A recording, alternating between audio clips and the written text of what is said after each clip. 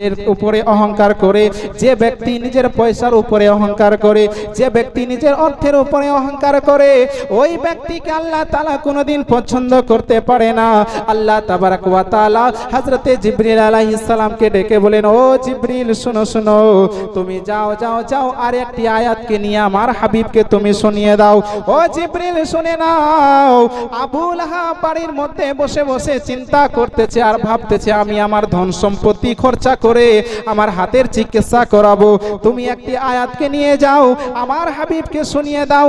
আমার বিশ্ব নবী মুস্তাফার কাছে হযরতে জিবরিল আলাইহিস সালাম এসে বলতে লাগলেন, ইয়া রাসূলুল্লাহ, ইয়া হাবিবাল্লাহ, নবী গো, আল্লাহ তাআলা আপনার উপরে আর একটি আয়াত নাযিল করলেন গো নবী, আপনি মানুষকে শুনিয়ে দিন।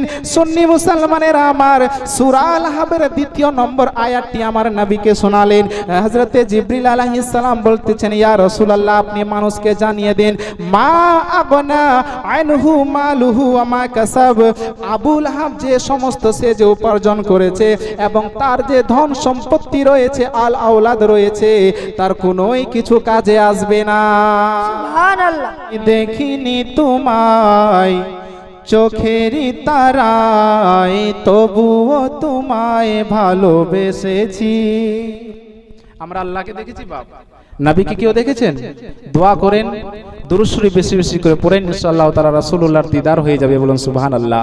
কবি বলতেছেন, দেখুন, আমি দেখিনি তোমায় চোখেরই তারায়, তবুও তোমায় ভালোবেসেছি। আমি দেখিনি তোমায় চোখেরই তারায়, তবুও তোমায় ভালোবেসেছি। মনে রই গেল ভাসে তোমার ছবি, ভাসে তোমার প্রেমে যেন পড়েছি। মনে রই গেল ভাসে তোমার ছবি, ভাসে তোমার প্রেমে যেন পড়েছি। আমি দেখিনি তোমায় চোখেরই তারায়, তবুও তোমায় ভালোবেসেছি। উহুদের ময়দানে রক্ত ঝরালে দিন কায়েমের জন্য, জোরে বলুন, উহুদের ময়দানে রক্ত ঝরালে দিন কায়েমের জন্য, পাথরে বুকেও ফোটালে ফুল, মানুষ জাতি ছিল শূন্য। শত জ্বালাতন সয়েছ তুমি, সেই কাহিনী শুনে কেঁদেছি। শত জ্বালাতন সয়েছ তুমি, সেই কাহিনী শুনে কেঁদেছি। মনে রই গেল ভাসে তোমার ছবি, ভাসে তোমার প্রেমে যেন পড়েছি। মনে রই গেল ভাসে তোমার ছবি, ভাসে তোমার প্রেমে যেন পড়েছি। আমি দেখিনি তোমায় চোখেরই তারায়, তবুও তোমায় ভালোবেসেছি। ব্রাদার ইসলাম, কোরআন শরীফ থেকে আমি একটা সূরা পড়েছি, সূরা, আয়াত নয়। খুব সুন্দরভাবে আমি আপনাদেরকে বুঝাবো, শোনেন বাপ। কোরআন শরীফে কয়টি সূরা রয়েছে? 114টি সূরা, 6666টি আয়াত রয়েছে। ব্রাদার ইসলাম, আমাদের মধ্যে অনেক মানুষ কোরআন শরীফ পড়তে জানে, কেউ পড়তে জানে না। কিন্তু এমন একটি আমি সূরা পড়েছি, ওই সূরাটি অনেক মানুষের মুখস্থ পর্যন্ত আছে, যে সূরাটির নাম হচ্ছে সূরা লাহাব। কোন নাম বাপ? সূরা লাহাব। কোরআন শরীফের মধ্যে যতগুলি আয়াত রয়েছে, যতগুলো সূরা রয়েছে, প্রত্যেকটি আয়াত, প্রত্যেকটি সূরা কোনো না কোনো কারণে আমার নবীর উপরে নাজিল হয়েছে, বিনা কোনো কারণে নাজিল হয়নি। ব্রাদার ইসলাম, একটি আয়াত আমার নবীর উপরে নাজিল হইতে বিনা কোনো কারণে নাজিল হয়নি, কোনো উদ্দেশ্য, তার পিছনে কারণ থাকে। একটা আয়াতের পিছনে, একটা সূরার পিছনে 3টি কারণ থাকে। কি কি? ওই সূরাটি কেন নাজিল হলো, কোন জায়গায় নাজিল হলো এবং কার উপরে নাজিল হলো। একটি আয়াতের পিছনে তিনটা উদ্দেশ্য থাকে। ব্রাদার সুন্নি মুসলমান, আমরা সূরা লাহাব পড়ি, বিসমিল্লাহির রহমানির রহিম, তাব্বাত ইয়াদা আবি লাহাবি ওয়া তাব, মা আগনা আনহু মালুহু ওয়া মা কাসাব। এই সূরাটি কেন নাজিল হলো, কার উপরে নাজিল হয়েছে, এই সূরাটি নাজিল হওয়ার কারণটা কি, খুব সংক্ষিপ্তভাবে আমি আপনাদেরকে বুঝিয়ে দিব। ইনশাআল্লাহ তাআলা আপনারা বুঝে যাবেন, আর এমন ভাবে বুঝবেন সারা জীবন ইনশাআল্লাহ তাআলা ভুলে যাবেন না। বলুন সুবহানাল্লাহ। ব্রাদার ইসলাম, এই সূরাটি কেন নাজিল হলো শুনেন।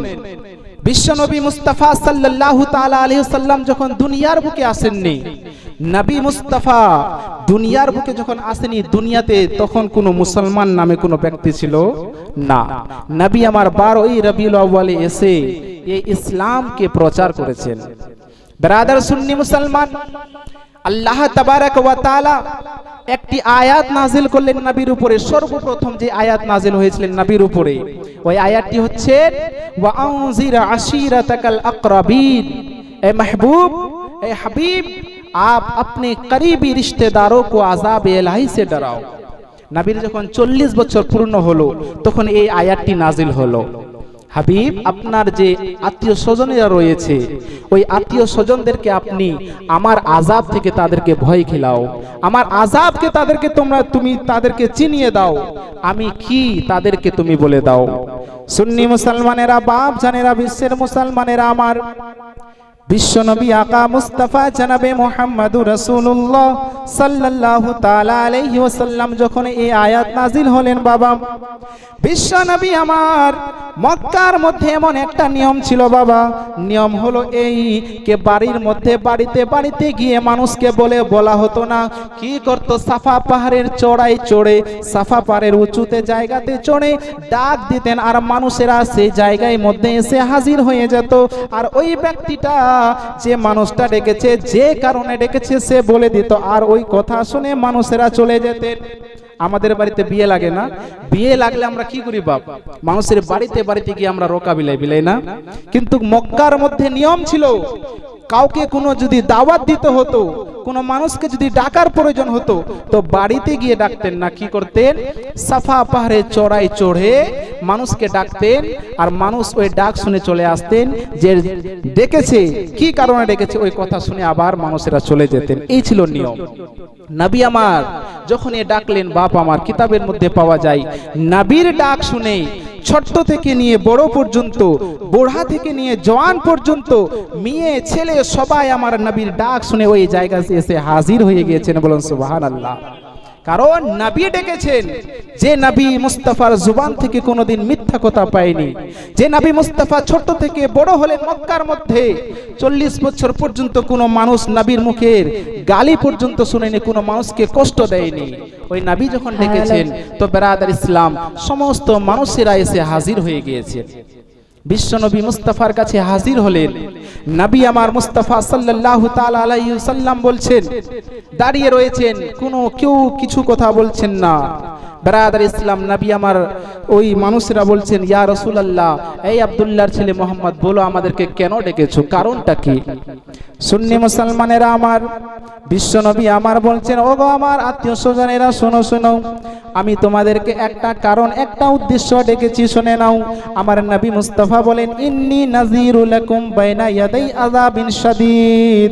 ওগো আমার মক্কার মানুষেরা, আত্মীয় স্বজনেরা, শুনে নাও, আমি তোমাদেরকে আল্লাহর কঠিন ভয়ানক আযাব থেকে ভয় খিলাচ্ছি। শোনো, আল্লাহর আযাব থেকে তোমরা ভয় করো, আল্লাহকে মেনে নাও। আল্লাহ তাআলার আযাব অনেক ভয়ানক আযাব, আল্লাহ তাআলার আযাবকে তোমরা বরদাস্ত করতে পারবে না। আল্লাহর আযাব যদি একবার চলে আসে তোমরা কোনোদিন সেই বরদাস্ত করতে পারবে না। তাই আমি নবী মুস্তাফা থাকতে তোমাদেরকে এই এত বড় আযাব থেকে আমি তোমাদেরকে লিপ্ত হতে দিব না। ও আমার মক্কার মানুষেরা, শুনো শুনো, এই জন্য আমি তোমাদেরকে বলতে চাই, তোমরা আল্লাহকে মেনে নাও, এক আল্লাহকে মানো, আমাকে বিশ্ব নবী মুস্তাফা আমাকে নবী বলে তোমরা মেনে নাও। সুন্নি মুসলমানেরা আমার, এইটুকু বক্তব্য বিশ্ব নবী মুস্তাফার ওই জায়গার মধ্যে ছিল। যখন এই নবী মুস্তাফার এই বক্তব্য শোনা সমস্ত মক্কার মানুষেরা हैरान হয়ে গেলেন, পেরেশান হয়ে গেলেন। আজকে আব্দুল্লাহর ছেলে মোহাম্মদ আমাদেরকে কি কথা বলতেছে, তারা তো অজ্ঞান, তারা পেরেশান, কি ব্যাপার, আব্দুল্লাহর ছেলে মোহাম্মদ আজকে কি কথা বলছে? আমরা যে বুত পূজা করতেছি এই বুত পূজাকে ছেড়ে দিতে বলছে আর এক আল্লাহকে মানতে বলছে। এই আল্লাহকে?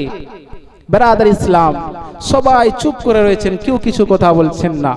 তাফসিরে কিতাবের মধ্যে পাওয়া যায় নবী মুস্তাফার এইটুকু বক্তব্য দেওয়ার কারণে ব্রাদার ইসলাম ফাকামা আবু লাহাব উম্মু মুহাম্মাদিন সাল্লাল্লাহু তাআলা আলাইহি ওয়াসাল্লাম, ওই ভরা মজলিস থেকে আমার নবীর নিজস্ব চাচা আবু লাহাব দাঁড়িয়ে গেলেন। আবু লাহাব নবীর নিজের চাচা, দাঁড়িয়ে গিয়ে যে নবী মুস্তাফার নিজের চাচা ছিলেন, আবু লাহাব দাঁড়িয়ে গিয়ে কি বললেন? আঙ্গুল দিয়ে এইভাবে নবীর দিকে ইশারা করলেন। বাপ ইশারা করে আমার নবী মুস্তাফার দিকে এইভাবে ইশারা করলেন, আর ইশারা করে আরবি থেকে আবু লাহাব আমার নবী মুস্তাফার জন্য বদদুয়া করলেন আর বললেন, তাব্বাত সাইরাল ইয়াউমা আলে হাযা দাওয়াতানা ইয়া মুহাম্মদ। এই আব্দুল্লাহর ছেলে মোহাম্মদ, এই আমার ভাতিজা, তোমার পুরি জিন্দেগি হালাক ও বরবাদ হয়ে যাক, তুমি আমাদেরকে এখানে এই জন্য ডেকেছো। বলুন মাশাআল্লাহ।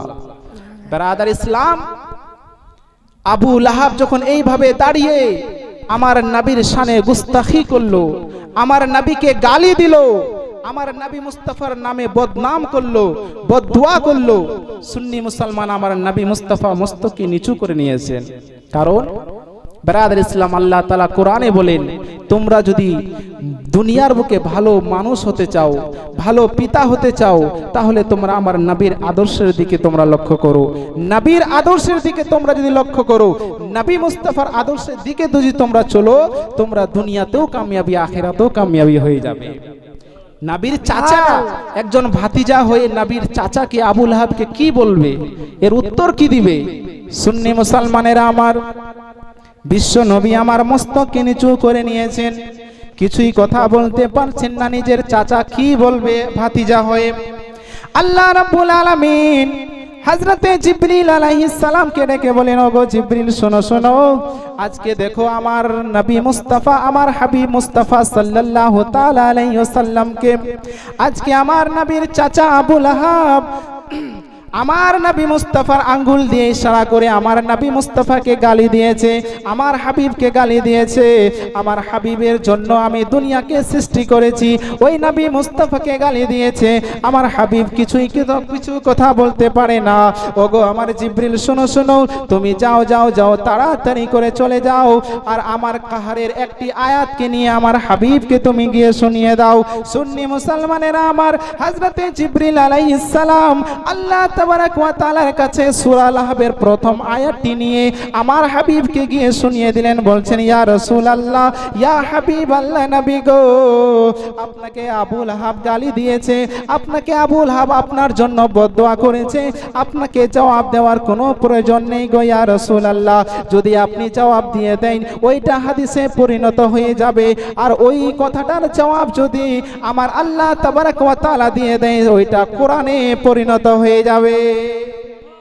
ওগো ইয়া রাসূলুল্লাহ, ইয়া হাবিবাল্লাহ, আপনি দুনিয়ার মানুষকে বলে দিন, তাব্বাত ইয়াদা আবি লাহাবি ওয়া তাব। তোমার কি যেন বলে? ওগো ইয়া রাসূলুল্লাহ, দুনিয়ার মানুষকে জানিয়ে দিন, তাব্বাত ইয়াদা আবি লাহাবি ওয়া তাব, হালাক হয়ে যাক, বরবাদ হয়ে যাক, আবু লাহাবের দুই হাত সে বরবাদ হয়ে গিয়েছে। সুবহানাল্লাহ। আবু লাহাবের দুই হাত হালাক ও বরবাদ হয়ে যায়, একটি আয়াত নাজিল করে দিলেন আল্লাহ তাআলা। আচ্ছা, কোরআনের আয়াত যদি নাজিল হয় তো কয়েকটা মানুষের কাছে থাকবে না পুরো দুনিয়াতে ছড়িয়ে যাবে? বাপ, পুরো দুনিয়াতে ছড়িয়ে যাবে। কারণ একটি কিতাব রয়েছে, যে কিতাবটি পুরো দুনিয়াতে, সারা দুনিয়াতে চলে। কোন মানুষ ওই কিতাবের একটি আয়াত তো দূরের কথা, একটা হরফকে ইনকার যদি করে, সে কাফির হয়ে যাবে। ব্রাদার, যে কিতাবকে সারা দুনিয়ার মানুষ মানে, সুন্নি মুসলমানেরা আমার, যখন এই আয়াতটি নাজিল হলো, আল্লাহু আকবার, নবী আমার সঙ্গে সঙ্গে মক্কার মানুষকে শুনিয়ে দিলেন। আর যখন শুনিয়ে দেওয়া, সমস্ত মক্কার মানুষেরা হাই হাই করতে লাগলো। মক্কার মানুষেরা যেহেতু তেনারা কলমা পড়েনি, কিন্তু কোরআনকে তারা বিশ্বাস করত, কোরআনকে তারা বিশ্বাস করত, আর ভাবতো কোরআনে যতগুলো কথা রয়েছে তাদের চুল পরিমাণ সন্দেহ আছে সঠিক এবং সঠিক। আবু লাহাবের দুই হাত বরবাদ হবে, তা হবেই, এতে কোনো চুল পরিমাণ সন্দেহ নেই। সমস্ত মক্কার মানুষেরা মেনে নিলেন। সবাই বলছেন আবু লাহাব বরবাদ হয়ে যাবে। ব্রাদার ইসলাম, আবু লাহাবের কাছে যখন এই খবর পৌঁছালো, আবু লাহাব শুনে তিনিও মাথাকে নিচু করে নিলেন আর ভাবতে লাগলেন, আমার সম্বন্ধে কোরআনের আয়াত নাজিল হয়ে গিয়েছে, আমার হাত বরবাদ হয়ে যাবে, আমার হাত হালাক হয়ে যাবে, এতে কোনো সন্দেহ নেই, আমার হাত তো হালাকই হয়ে যাবে। আবু লাহাবও কিন্তু মেনে নিলেন। কিন্তু ব্রাদার ইসলাম দেখুন, আবু লাহাব ওই সময় মক্কার মধ্যে সব থেকে ধনী ব্যক্তি ছিলেন, মক্কার সব থেকে ধনী ব্যক্তি, এবং কি সবাই সর্দার ছিলেন। ওই আবু লাহাবের কাছে এত ধন সম্পত্তি ছিল বাপ, আল্লাহ তাআলা এত ধন সম্পত্তি ওনাকে দান করেছিলেন। আবু লাহাব কি করলেন, শেষে আবু লাহাব নিজের ধন সম্পত্তির উপরে বেরাদার গর্ব করতে লাগলেন। আল্লাহু আকবার। আমাদের মধ্যে কোনো মানুষের যখন ধন সম্পত্তি বেশি হয়ে যায়, আমাদের মধ্যে নিজের ভিতরে গর্ব চলে আসে, আমি সব থেকে বড় লোক, আমার কাছে এতগুলো টাকা রয়েছে। সুন্নি মুসলমানেরা আমার, আবু লাহাব বাড়ির মধ্যে বসে বসে থাকতে লাগলেন আর মনে মনে ভাবতেছে, আমার সম্বন্ধে কোরআন শরীফের আয়াত নাজিল হয়েছে, আমি তো হালাক ও বরবাদ হয়ে যাব, এত কোনো সন্দেহ নেই। কিন্তু আমার কাছে ধন সম্পত্তি রয়েছে, আমার কাছে টাকা রয়েছে, আমার কাছে পয়সা রয়েছে, আমি সমস্ত ধন সম্পত্তিকে পয়সার মতো পানির মতো খরচা করে দিয়ে আমার হাতের এলাজ করাবো, আমার হাতের চিকিৎসা করাবো। আবু লাহাব এইভাবে যখন ভাবতে লাগলেন, বাপজানেরা আমার, আল্লাহ তাবারক ওয়া তাআলা অহংকারকারী ব্যক্তিকে ভালোবাসে না। আল্লাহ তাআলা যে ব্যক্তি নিজের উপরে অহংকার করে, যে ব্যক্তি নিজের পয়সার উপরে অহংকার করে, যে ব্যক্তি নিজের অর্থের উপরে অহংকার করে, ওই ব্যক্তিকে আল্লাহ তাআলা কোনোদিন পছন্দ করতে পারে না। আল্লাহ তাবারক ওয়া তাআলা হযরতে জিবরিল আলাইহিস সালামকে ডেকে বলেন, ও জিবরিল, শোনো শোনো, তুমি যাও যাও যাও, আর একটি আয়াতকে নিয়ে আমার হাবিবকে তুমি শুনিয়ে দাও। ও জিবরিল, শুনে নাও। আবু লাহাব বাড়ির মধ্যে বসে বসে চিন্তা করতেছে আর ভাবতেছে, আমি আমার ধন সম্পত্তি খরচা করে আমার হাতের চিকিৎসা করাবো, তুমি একটি আয়াতকে নিয়ে যাও, আমার হাবিবকে শুনিয়ে দাও। আমার বিশ্ব নবী মুস্তাফার কাছে হযরতে জিবরিল আলাইহিস সালাম এসে বলতে লাগলেন, ইয়া রাসূলুল্লাহ, ইয়া হাবিবাল্লাহ, নবী গো, আল্লাহ তাআলা আপনার উপরে আর একটি আয়াত নাযিল করলেন গো নবী, আপনি মানুষকে শুনিয়ে দিন। সুন্নি মুসলমানেরা আমার, সূরা আল-আহজাবের ২য় নম্বর আয়াতটি আমার নবীকে শোনালেন। হযরতে জিবরিল আলাইহিস সালাম বলতেছেন, ইয়া রাসূলুল্লাহ, আপনি মানুষকে জানিয়ে দিন, মা আগনা আনহু মালুহু ওয়া মা কাসাব, আবু লাহাব যে সমস্ত সে যে উপার্জন করেছে এবং তার যে ধন সম্পত্তি রয়েছে, আল আওলাদ রয়েছে, তার কোনোই কিছু কাজে আসবে না। সুবহানাল্লাহ। দিলের কথা জানেওয়ালা কি আল্লাহ। আবু লাহাব এখন বাড়িতে বসে শুধু মনে মনে ভাবতেই ছিল কথাটা, ওর সঙ্গে আয়াত নাজিল হয়ে গেল নবীর উপরে। এদিকে আবু লাহাব ভাবতেছে কি আমার ধন সম্পত্তিকে খরচা করব, চিকিৎসা করব, সমস্ত ধন সম্পত্তিকে আমি শেষ করে দিব, তবু আমার হাতের এলাজ করাবো। কিন্তু আল্লাহ তাআলা বলছেন, তার যতগুলো ধন সম্পত্তি রয়েছে, টাকা পয়সা রয়েছে, অর্থ রয়েছে, তার কোনোই কিছু কাজে আসবে না।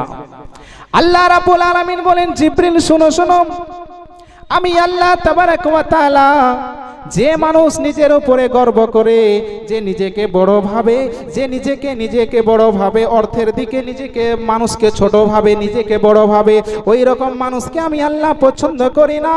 তুমি যাও যাও যাও যাও যাও, আর একটি আয়াতকে নিয়ে আমার হাবিবকে শুনিয়ে দাও, সায়াসলা নারান যাতা লাহাব, অতি শিগগিরই আবু লাহাবকে জাহান্নামের দাও দাও করা জ্বলন্ত আগুনের মধ্যে নিক্ষেপ করানো হবে। ব্রাদার ইসলাম, আর সূরা আল-আহজাবের 3টি আয়াত নাজিল হয়ে গেল। ব্রাদার ইসলাম, যখন এই 3টি আয়াত নাজিল হলো, আবু লাহাব বাড়িতে বসে শুনছেন, সে বলতেছে, আমার আর কোনো রাস্তা নেই বাঁচার। তারপরে যে 2টি আয়াত রয়েছে, ওই 2টি আয়াত আবু লাহাবের স্ত্রী উম্মে জামিল, যার নাম কিতাবের মধ্যে আসে, ওই উম্মে জামিলও জাহান্নামে যাবে, আমার আল্লাহ তাআলা কোরআনের মধ্যে বলে দিয়েছেন। বলুন সুবহানাল্লাহ। সুবহানাল্লাহ। সুন্নি মুসলমানেরা আমার, আবু লাহাবের একটাই শুধু তার কারণ ছিল, সেই কারণটা কি বাপ?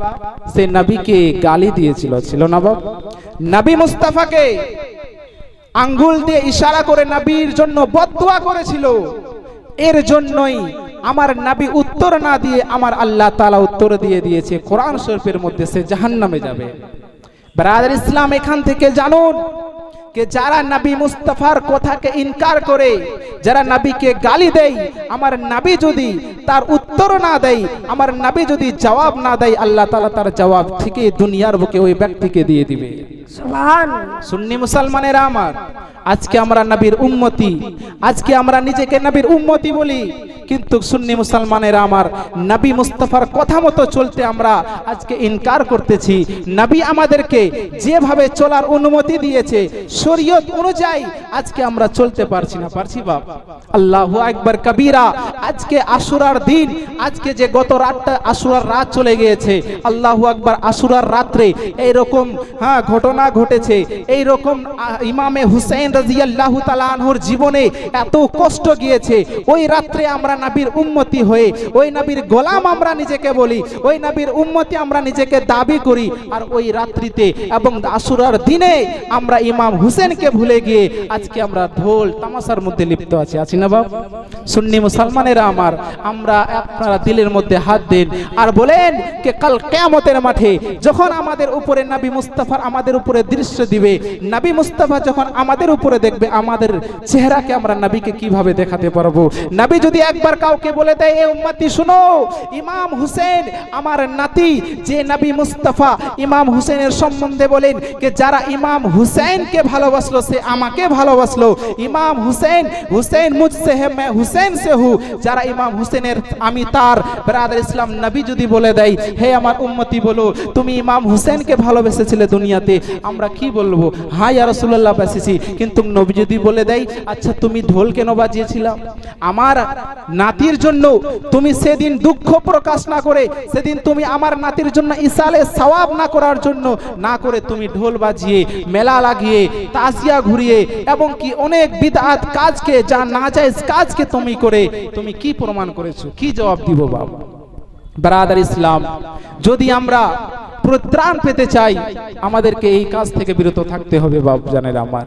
যে ইমামে হুসাইন, ইমামে হাসান রাদিয়াল্লাহু তাআলা আনহু, আল্লাহু আকবার, নবী মুস্তাফা যখন দুনিয়া ছেড়ে চলে গিয়েছেন, নবী মুস্তাফা 63 বছর ছেড়ে যখন দুনিয়া থেকে বিদায় হয়ে গিয়েছিলেন, সাহাবাই কেরামেরা যখন নবী মুস্তাফার চেহারাকে দেখার জন্য মানে যেন মনটা যখন ছটফট করতেছিল যে নবীকে কখন দেখবো, নবীকে কোথায় পাবো, তখন কি করতেন ব্রাদার? সাহাবাই কেরামেরা ইমামে হাসান, ইমামে হুসেনকে ডেকে নিত। ইমাম হাসান, ইমাম হুসেনকে দেখে নিয়ে নবীর দেখার আশা তাদের মিটিয়ে যেত। বলুন সুবহানাল্লাহ। কারণ হযরতে আলী রাদিয়াল্লাহু তাআলা আনহু বলেন যে আল হুসাইন আল হাসানু আশবাহু বে রাসূলিল্লাহি সাল্লাল্লাহু তাআলা আলাইহি ওয়াসাল্লাম মিনাস সাদরি ইলা রাস ওয়াল হুসাইন আশবাহু বিন নবী সাল্লাল্লাহু তাআলা আলাইহি ওয়াসাল্লাম আসফালা মিন যালিক। ইয়ানি ইমামে হাসান রাদিয়াল্লাহু তাআলা আনহুর সিনা থেকে নিয়ে মাথা পর্যন্ত আমার নবী মুস্তাফার মতো ছিল। বলুন সুবহানাল্লাহ।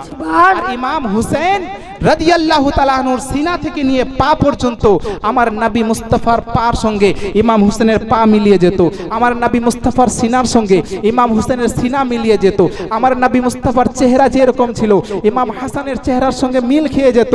এই জন্য তো সুন্নি মুসলমানেরা আমার, সাহাবাই কেরামেরা যখন নবীকে দেখার জন্য ছটফট করতে ইমাম হাসান হুসেনকে দেখে নিত, নবী দেখার আশা তাদের দিলের মধ্যে মিটে যেত। বলুন সুবহানাল্লাহ।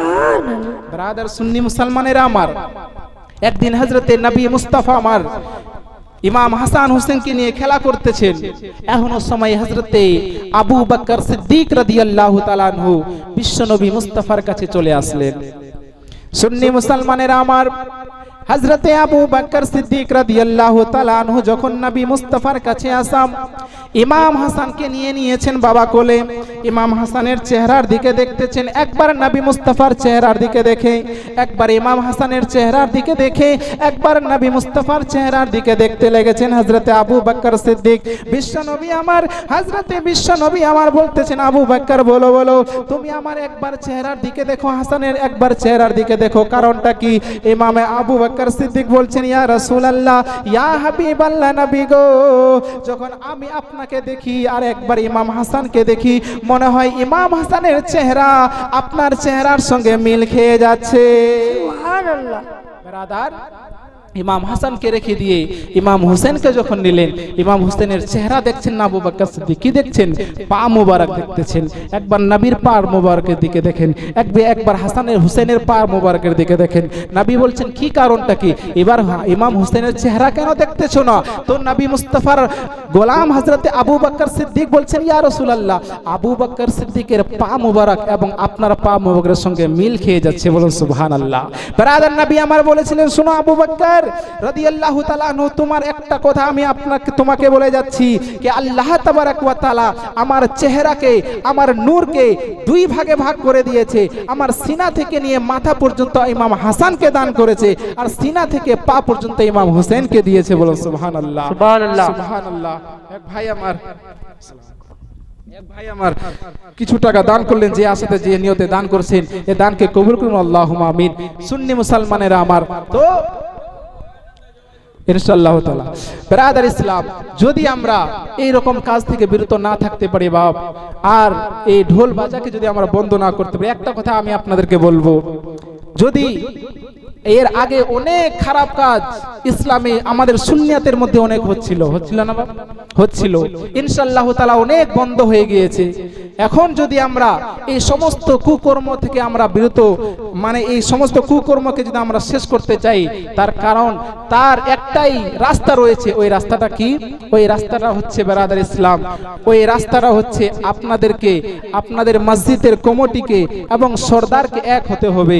যদি সরদার, মাদ্রাসার, মসজিদের কমিটি এই সমস্ত কাজ থেকে মানুষকে বারণ করে, ইনশাআল্লাহ তাআলা এই কাজ ইনশাআল্লাহ তাআলা নিশ্চয়ই বন্ধ হয়ে যাবে। সুন্নি মুসলমানেরা আমার, বক্তব্য আগে নিয়ে যাচ্ছি, একবার দরুদ শরীফ পড়ুন। আল্লাহুম্মা সাল্লি আলা সাইয়্যিদিনা মাওলানা মুহাম্মদ ওয়া আলা আলি সাইয়্যিদিনা মাওলানা মুহাম্মদ হাবিবানা শাফিয়ানা সাইয়্যিদিনা মাওলানা মুহাম্মদ ওয়া আলা আলি সাইয়্যিদিনা মাওলানা মুহাম্মদ সাল্লাল্লাহু তাআলা আলাইহি ওয়াসাল্লাম। সুন্নি মুসলমানেরা আমার, আমি কোথা থেকে আসছি আপনারা নিশ্চয়ই শুনেছেন, পান্ডুয়া মিশন। যে মিশন আজকে অনেক মানুষ, কেউ মানুষ জানে না কে পান্ডুয়া মিশনের নাম শুনেনি হয়তো। ইনশাআল্লাহ তাআলা আমরা সবাই হুজুর কাদরি মিয়া মাদ্দাসিল আলিয়া নুরানির মুরিদও রয়েছে, আছি না বাপ? কেউ কেউ হুজুর আশরাফুল আউলিয়ার হাতে মুরিদ হয়েছেন। ব্রাদার ইসলাম, ওই মিশন থেকে ইনশাআল্লাহ তাআলা আমি এখন ইফতার করতেছি, দোয়া করবেন যেন আমি ইফতার কমপ্লিট করতে পারি। আর ব্রাদার ইসলাম, ইফতার করার কারণ উদ্দেশ্য হচ্ছে এটাই যে আজকে মানুষ অনেক নিজের শরীয়তের রাস্তা ছেড়ে দিয়ে খারাপ রাস্তার দিকে যাচ্ছে না বাপ? অনেক মানুষ যাচ্ছে ব্রাদার। আজকে আমরা নামাজ পড়ছি, তো নামাজ পড়ার নিয়ম কারণ আমরা ঠিক মতো জানি না। অনেক মানুষ নামাজ পড়ে ব্রাদার, নামাজ পড়ার মধ্যে এইরকম ভুল করে যে তার নামাজই হয় না। 50% মানুষ নামাজ পড়ে, 50% মানুষ নামাজই পড়ে না। আচ্ছা, 50% মানুষ যে নামাজ পড়ে, আবার 50% মানুষের মধ্যে 25% মানুষের নামাজ পড়ে ঠিক, কিন্তু নামাজ হয় না। 25% মানুষের হয়তো নামাজ আল্লাহ তাআলার কাছে কবুল হয়। ব্রাদার ইসলাম, নামাজ এরকম একটি ইবাদত, যদি আমরা নামাজ ঠিক মতো না পড়তে পারি, তাহলে আমার নামাজ আল্লাহ তাআলার কাছে কবুল হবে বা হবে না। ব্রাদার ইসলাম, নামাজের কয়েকটি 3-4টি জরুরি মসলা বলবো ইনশাআল্লাহ তাআলা।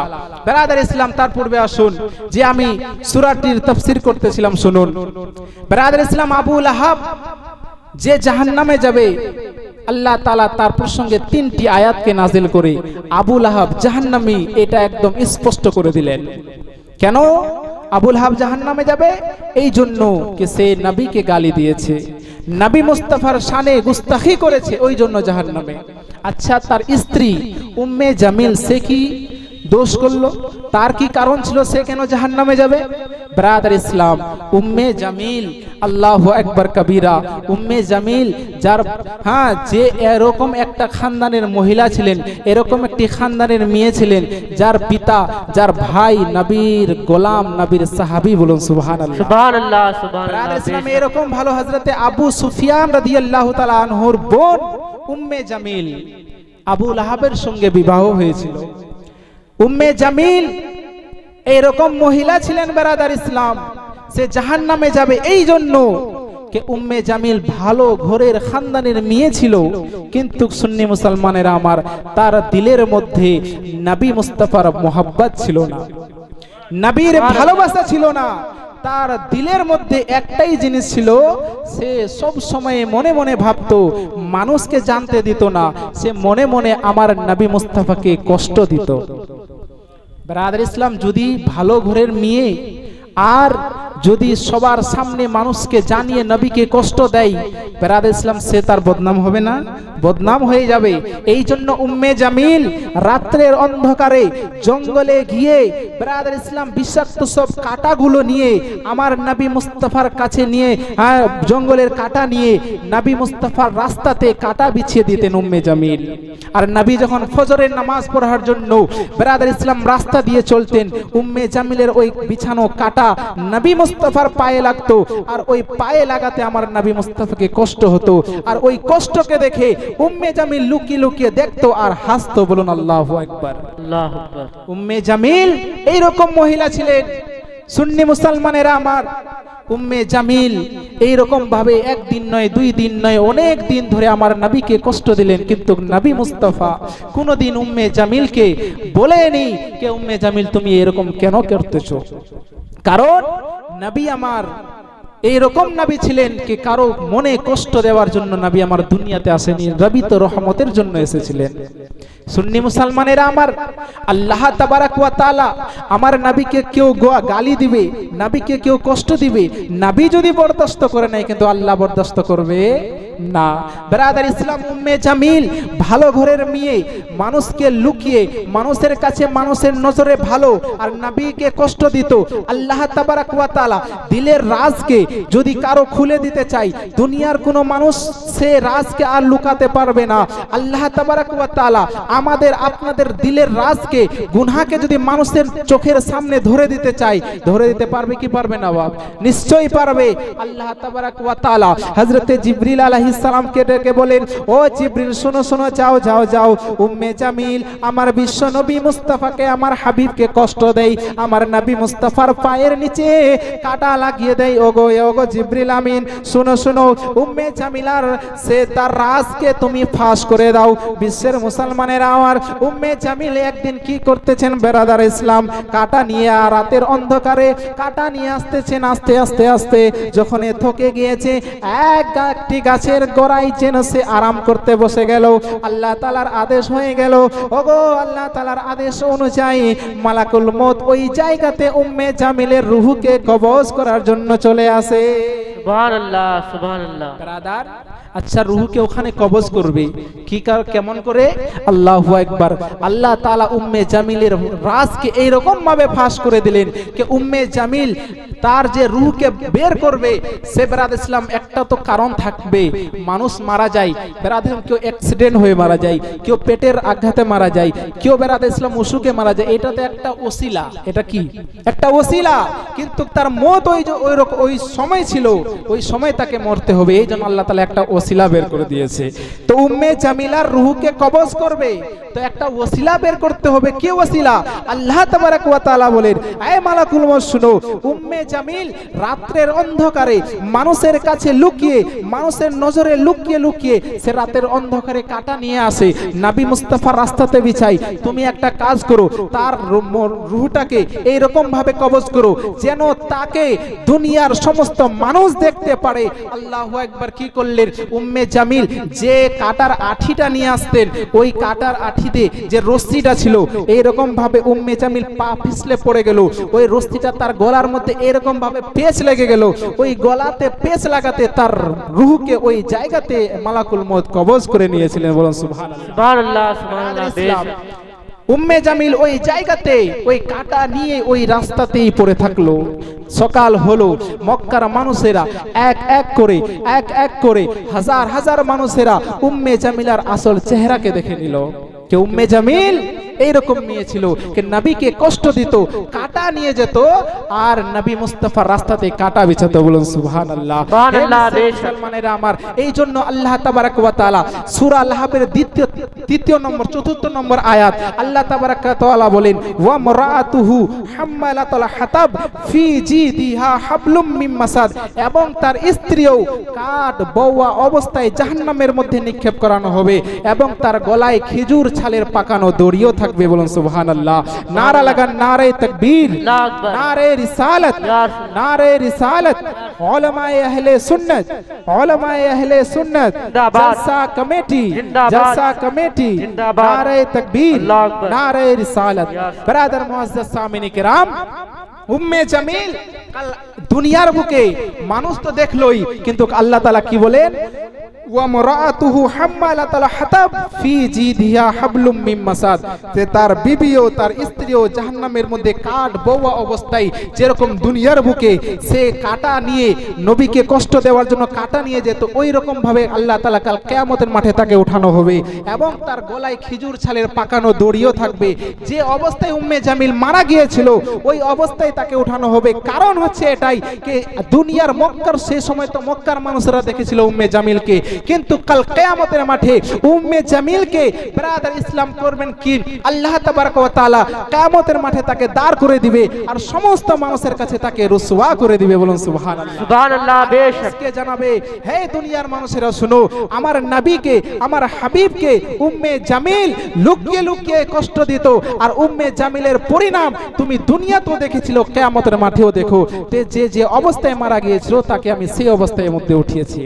ব্রাদার সুন্নি মুসলমানেরা আমার, হে বিশ্বের মুসলমান, আমরা যদি নবী মুস্তাফা সাল্লাল্লাহু তাআলা আলাইহি ওয়াসাল্লামের যে কষ্ট দিয়ে থাকি, এবং কি উম্মে জামিল আর আবু লাহাব নবীকে কষ্ট দিয়েছিল, তার পরিণাম কোরআনে আল্লাহ তাআলা একটা সূরা নাজিল করে দিয়েছে।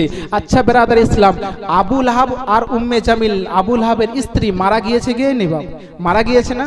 তারা জাহান্নামে জ্বলছে না? জ্বলছে। কিন্তু ব্রাদার ইসলাম, ওই সূরাটি তো এখন মানসুখ হওয়ার দরকার ছিল না?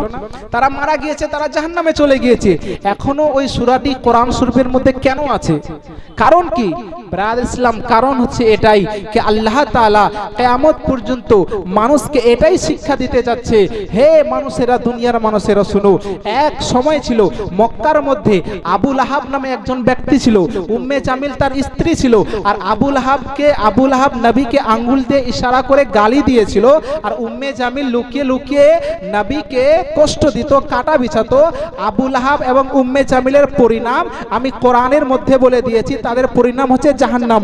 হে দুনিয়ার মানুষেরা শুনো, এখান থেকে তোমরা জেনে নাও, তোমরা যদি কিয়ামত পর্যন্ত দুনিয়াতে যে কোনো মানুষ হও না কেন, তোমরা যদি এই রকম কাজ করে থাকো, তোমাদের পরিণামও এটাই আমি আল্লাহ তাআলা দিব। বলুন সুবহানাল্লাহ। সুবহানাল্লাহ। বেশক জন্যই আল্লাহ তাবারাক ওয়া তাআলা কোরআন শরীফের মধ্যে এই সূরাটি এখনো রেখে দিয়েছেন, যেন মানুষেরা শিক্ষা নিতে পারে যে নবীকে গালি দেওয়ার পরিণাম, নবী মুস্তাফাকে কষ্ট দেওয়ার পরিণাম জাহান্নামী হয়ে যেতে পারে। ব্রাদার ইসলাম, একবার দুরূদ শরীফ পড়ুন মুআজ্জাজ সামিনী کرام। আর বক্তা এসে হাজির হয়েছে, বক্তাকে বসিয়ে রাখবো না, প্রথম রজনী আজকে ইনশাআল্লাহ তাআলা খুব তাড়াতাড়ি জলসাকে সমাপ্তির দিকে নিয়ে যাব ইনশাআল্লাহ তাআলা। একবার দুরূদ শরীফ বক্তব্যকে ইতি করতেছি। আল্লাহুম্মা সাল্লি